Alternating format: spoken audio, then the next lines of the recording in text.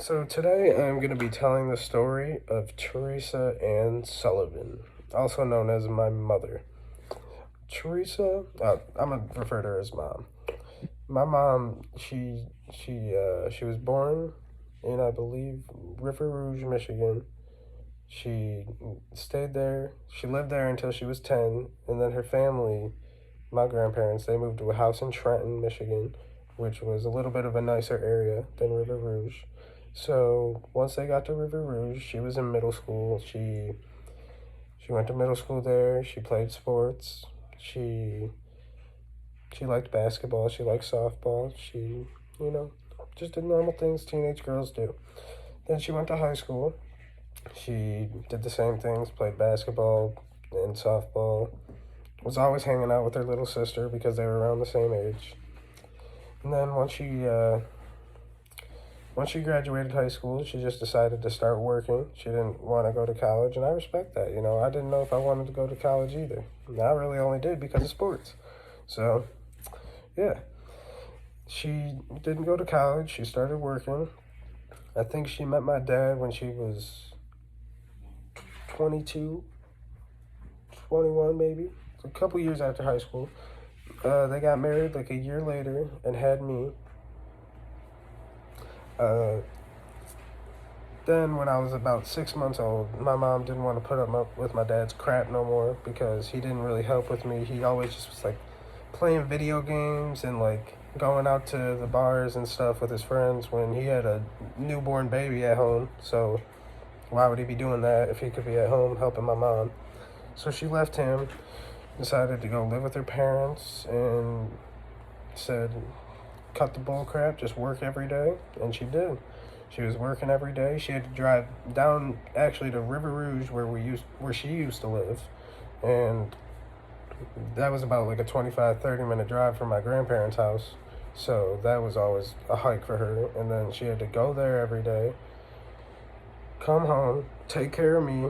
And then by the time I was like 2.5, 3 years old, she was able to buy her own house in Southgate, Michigan, which was like 10 minutes from my grandparents' house, right in the same area. So that was really nice. Once she got that house, we just started our life there. It was just me and her. When I was 5, we got a dog. She was still working at the same place. It was called Community Focus Credit Union. And then when I was about 8, I think, she got moved over to an area closer to our house of the Community Focus. It was still the same company, but she was just working. That's all she did was work and pay for, like, go to my sports. I swear. I never seen her really go out or do anything. Like, she was just always with me. And that's why I just respect her so much, and I kind of wanted to tell her story. So, even even when I was younger and all that, like she was just always working, and then she would always have like dinners ready for me in the fridge so I could just come home and heat it up myself.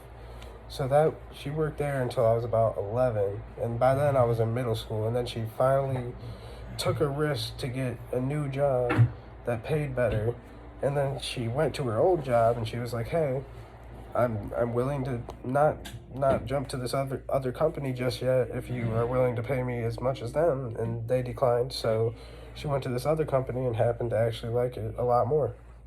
And once she got there, she was in this same general area because it was all in Detroit, just these big, huge, tall buildings in Detroit with slushy machines inside their floors and all that, like free snacks. It's crazy the way Dan Gilbert's got it set up down there.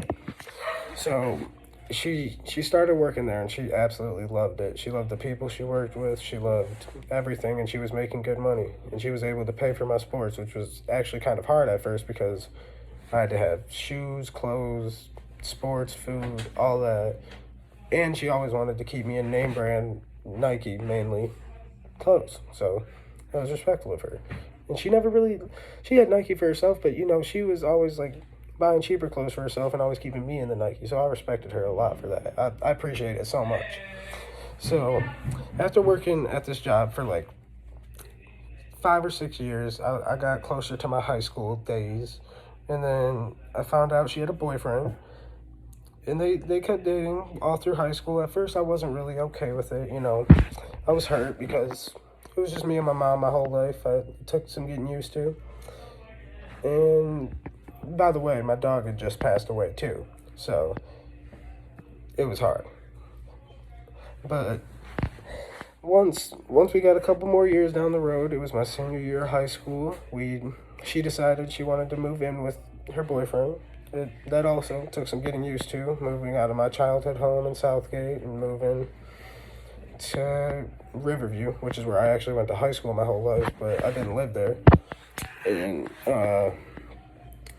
we moved there and took some getting used to, and she just continued to do her job. But all through this time, COVID had hit, so she was just working from home. She hasn't really been going to the office in Detroit until recently this year. She started going again. But yeah, that is the story of Teresa Ann Sullivan. She is one of the best women I've ever met, and she is the greatest mother anybody could ask for. So, thank you.